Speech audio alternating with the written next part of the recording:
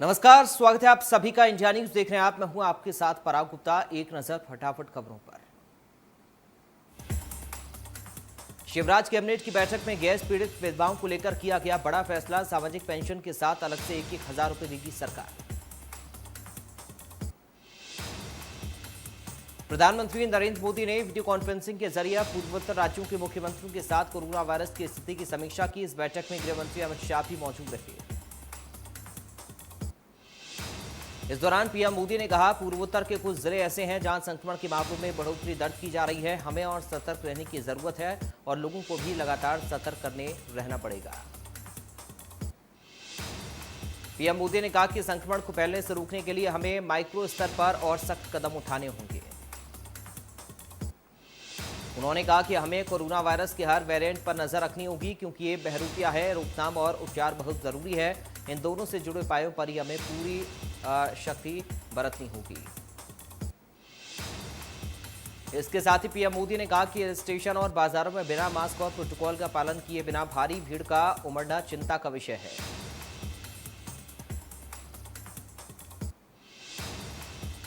पूर्व भारतीय क्रिकेटर और 1983 विश्व विजेता टीम का हिस्सा रही यशपाल शर्मा का निधन हुआ। आज सुबह हार्ट अटैक आने की वजह से यशपाल शर्मा का निधन हुआ।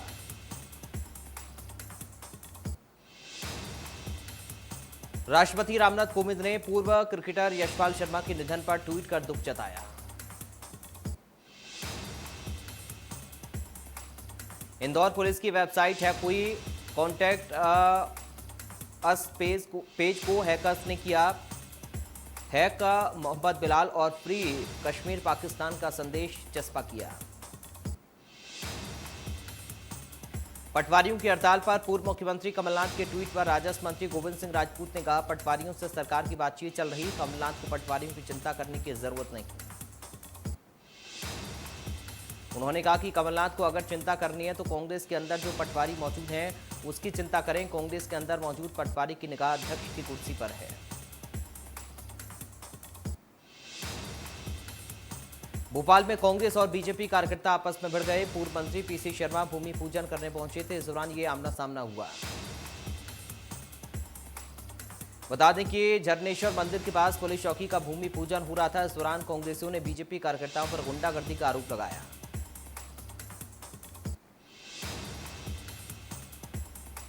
पूर्व केंद्रीय मंत्री सुबोध कांत सहाय ने बढ़ती महंगाई पर प्रेस कॉन्फ्रेंस की। उस दौरान कांग्रेस प्रदेश अध्यक्ष मोहन मरकाम भी मौजूद रहे।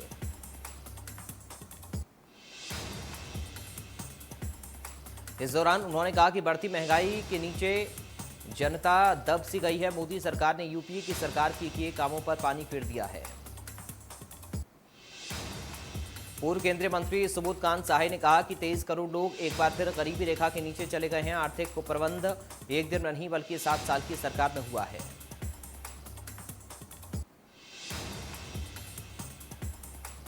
शराबबंदी के मुद्दे पर मंत्री रविंद्र चौबे ने कहा कि पूर्व मुख्यमंत्री रमन सिंह ने अपने 15 साल के कार्यकाल में केवल शराब बेची। उनकी मेहनत के लिए उनका नाम पद्म पुरस्कारों के लिए चयन किया जाना चाहिए। मंत्री रविंद्र चौबे के इस बयान पर बीजेपी ने पलटवार किया कि कांग्रेसी मानसिक रूप से विचलित हो गए हैं, इसलिए बहकी बहकी बातें कर रहे हैं। केंद्रीय मंत्री ज्योतिरादित्य सिंधिया ने लोकसभा अध्यक्ष से मुलाकात की। लोकसभा अध्यक्ष के निवास पर पहुंचकर मुलाकात की।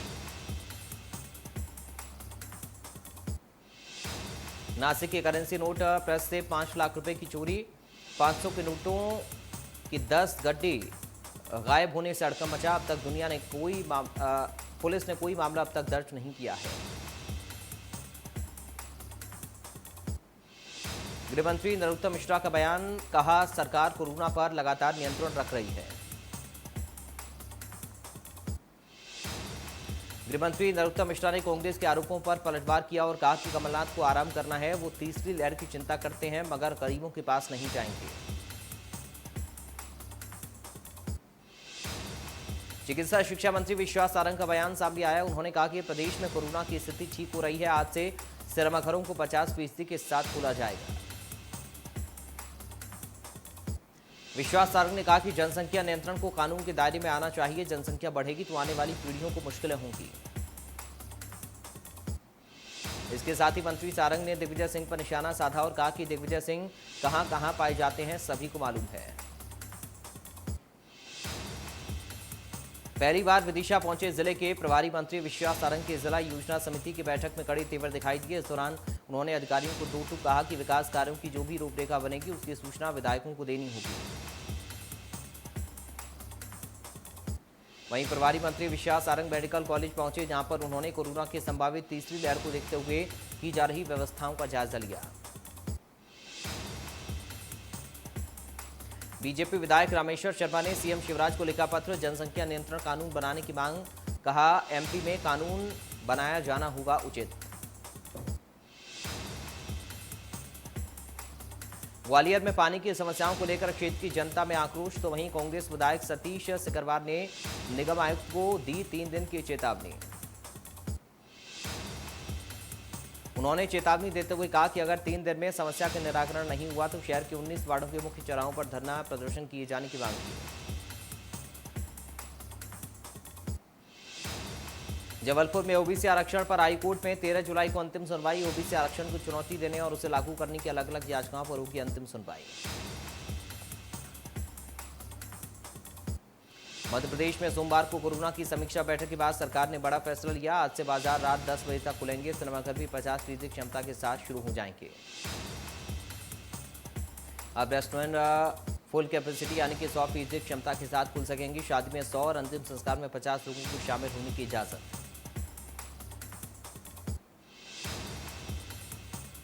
मुख्यमंत्री शिवराज सिंह चौहान ने कहा, प्रदेश में कोरोना की स्थिति नियंत्रण में है और इसे देखते हुए ये छूट देने का निर्णय लिया गया है।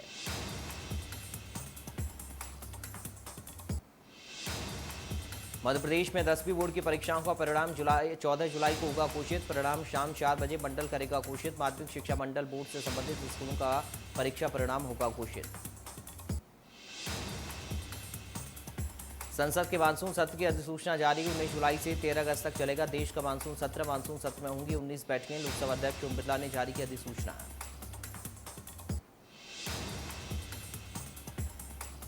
नौ अगस्त से शुरू होगा मध्य प्रदेश विधानसभा का मानसून सत्र। 12 अगस्त तक चलेगी सदन की कार्यवाही। कई मुद्दों पर पक्ष विपक्ष के बीच हंगामे के आसार।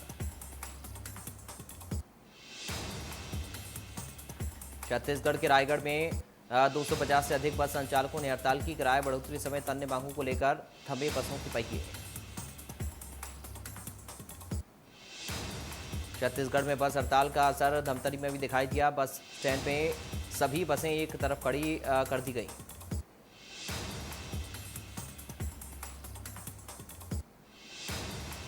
इंदौर में हवालात में बंद आईएएस अधिकारी को वीआईपी सुविधा दिए जाने की खबर आई है। यहां पर आईएएस अधिकारी संतोष वर्मा को पंखे सेवा दी जा रही है।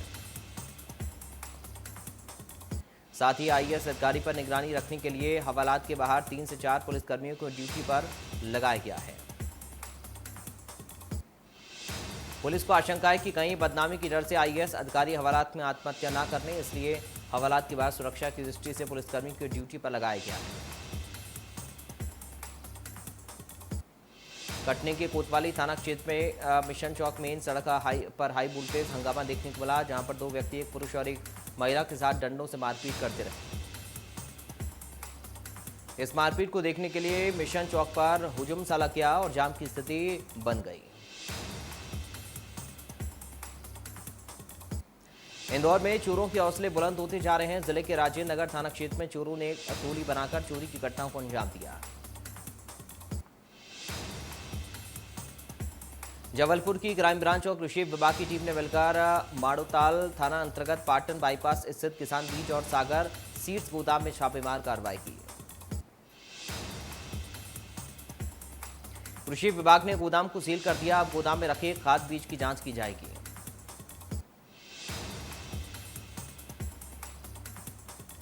यहां पर कृषि विभाग को ब्रांडेड कंपनियों की खाद बीज के नाम से मिलावटी खाद बीज बनाने की सूचना मिली थी, जिसके बाद यह कार्रवाई की गई।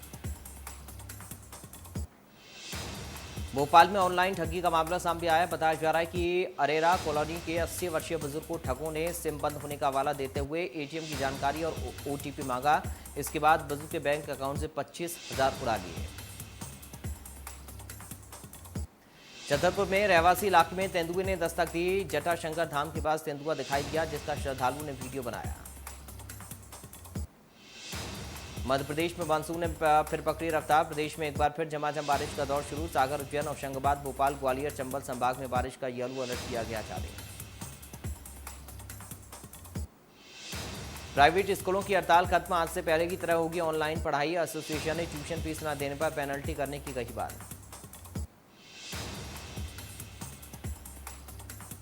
प्रधानमंत्री मोदी आज ओलंपिक कोटा ले चुके मेरठ के खिलाड़ियों से संवाद करेंगे। भारतीय खेल प्राधिकरण के लखनऊ क्षेत्रीय केंद्र द्वारा शाम 5 बजे आयोजित वर्चुअल बैठक में खिलाड़ी शामिल होंगे। कांग्रेस नेता राहुल गांधी ने महंगाई को लेकर केंद्र सरकार पर साधा निशाना। लिखा, खाया भी, मित्रों को खिलाया भी, बस जनता को खाने नहीं दिया।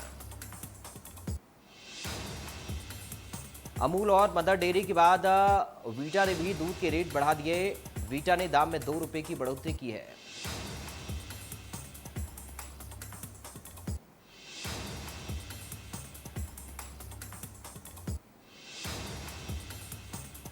चौदह दिनों की पुलिस रिमांड में भेजे गए लखनऊ से गिरफ्तार अलकायदा के दोनों संदिग्ध आतंकियों से पूछताछ में हो सकता है और बड़ा खुलासा।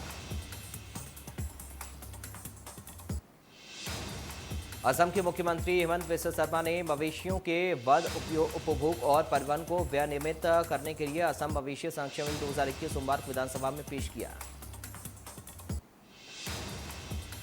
सीएम ने आगे कहा कि एक नया कानून बनाने और पूर्व के असम मवेशी संरक्षण अधिनियम 1950 को निरस्त करने की आवश्यकता थी।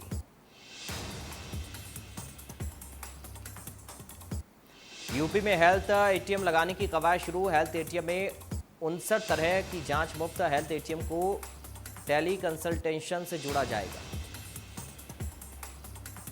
हेल्थ एटीएम को डिजिटल स्वास्थ्य का रिकॉर्ड से जोड़ा जाएगा। जांच कराने वालों को चिकित्सकों से सलाह भी मिलेगी।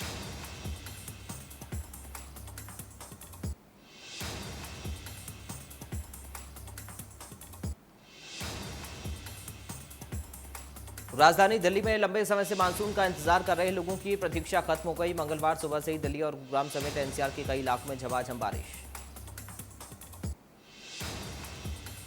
यात्रियों की राह आसान करने के लिए रेलवे कुछ स्पेशल ट्रेन चलाएगा। लंबी दूरी की ट्रेनों में रेलवे ने आरक्षण की सुविधा भी शुरू कर दी है। हालांकि ये स्पेशल ट्रेन होंगी और यात्री किराया भी ज्यादा होगा। उत्तराखंड में कोविड कर्फ्यू 20 जुलाई तक बढ़ा दिया गया। इस बीच पर्यटन स्थलों पर भीड़ के नियंत्रण का अधिकार जिलाधिकारियों को दे दिया गया है।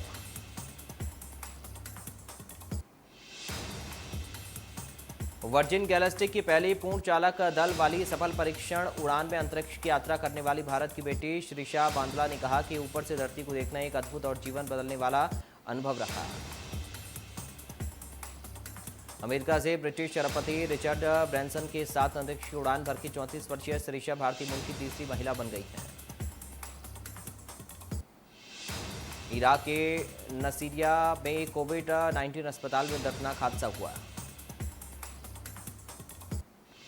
पठानकोट और जम्मू कश्मीर के पहाड़ी इलाके में हुई भारी बरसात से भारत पाक सीमा के साथ रहने वाली उज नदी में अचानक से बाढ़ आ गई। इसमें हजारों एकड़ में लगे पशुओं के चारे को नुकसान पहुंचा। इसके अलावा 50 एकड़ धान की फसल डूब गई।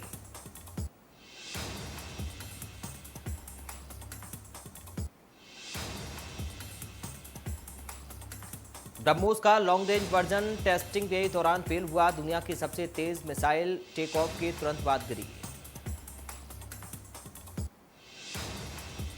भारत बायोटेक की कोरोना वैक्सीन कोवैक्सीन को जल्दी WHO की इमरजेंसी यूज लिस्टिंग में शामिल किया जा सकता है। कंपनी की ओर से बताया गया कि इस लिस्ट में शामिल होने के लिए जो भी जरूरी डॉक्यूमेंट थे उन्हें 9 जुलाई को ही WHO को दे दिया गया है। दिल्ली में वैक्सीन की कमी भी लगातार बनी हुई है। 12 जुलाई की सुबह तक कोविशील्ड के केवल 19,000 खुराक बची थी। इस कारण कई केंद्रों पर टीकाकरण प्रभावित रहा।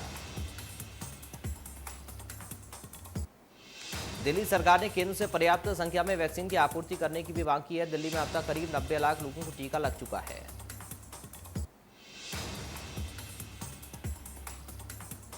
आज सप्ताह के दूसरे कारोबारी दिन शेयर बाजार हरे निशान पर खुला। सेंसेक्स 0.4% की तेजी के साथ खुला। टोक्यो ओलंपिक में हिस्सा लेने के लिए भारत के 122 खिलाड़ियों के नाम की घोषणा की गई है।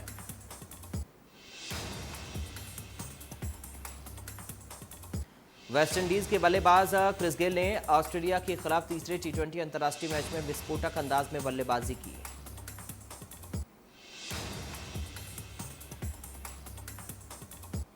देश में कोरोना के मरीजों की संख्या में सोमवार को बड़ी गिरावट दर्ज की गई। 30,818 नए संक्रमितों की पहचान हुई। 48,916 ठीक हुए। महाराष्ट्र में 7,603 लोग संक्रमित पाए गए। 15,277 लोग ठीक हुए। छत्तीसगढ़ में 297 लोग कोरोना पॉजिटिव पाए गए। 564 लोग ठीक हुए। उत्तर प्रदेश में 96 लोग संक्रमित पाए गए। 112 लोग ठीक हुए। दिल्ली में सोमवार को 45,000 लोग कोरोना पॉजिटिव पाए गए। 92 लोग ठीक हुए। राजस्थान में 33 लोग कोरोना संक्रमित पाए गए। 74 लोग ठीक हुए। गुजरात में 32 लोग कोरोना पॉजिटिव पाए गए। इस दौरान 161 लोग ठीक हुए। मध्य प्रदेश में 18 नए मामले सामने आए। 1,481 संक्रमितों की मौत। अब तक राज्य में 7.90 लाख लोग कोरोना की चपेट में आ चुके हैं। केरल में कोरोना जमकर बरपा रहा। कहर एक दिन में सामने आए कोरोना के 7,798 केस। कर्नाटक में कोरोना की दूसरी लहर पर लगी लगाम। 24 घंटे में मिले 1,386 नए केस। तमिलनाडु में 24 घंटे में मिले 2,652 नए केस। राज्य में अब एक्टिव केस 31,819। अजय देवगन की भुज प्राइड ऑफ इंडिया पर रोजाना 50 लाख रुपए खर्च हुए। फिल्म में एक्शन सीक्वेंस अहम वजह रही। साउथ के सुपरस्टार सूर्या शिवकुमार स्टारर सोरारई पोट्रू के हिंदी रीमेक की अनाउंसमेंट कर दी गई है।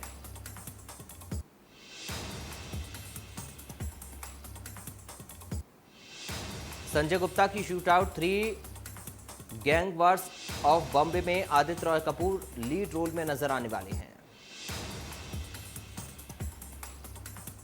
सलमान खान की टाइगर 3 की शूटिंग मार्च में मुंबई में शुरू हुई थी, लेकिन कोरोना की दूसरी लहर के कारण शूटिंग रोकनी पड़ गई थी। अब एक बार फिर से टाइगर 3 की टीम शूटिंग शुरू करने के लिए तैयार है। अक्षय कुमार की एक फोटो सोशल मीडिया पर काफी वायरल हो गई। अक्षय के इस फोटो को लेकर यह दावा किया जा रहा है कि उन्होंने अपनी अपकमिंग फिल्म रक्षाबंधन के लिए 5 किलो वजन बढ़ाया है। एक्ट्रेस भूमि पेडनेकर ने देशवासियों से अपील की है कि वो अभी भी कोविड प्रोटोकॉल्स का पालन करें।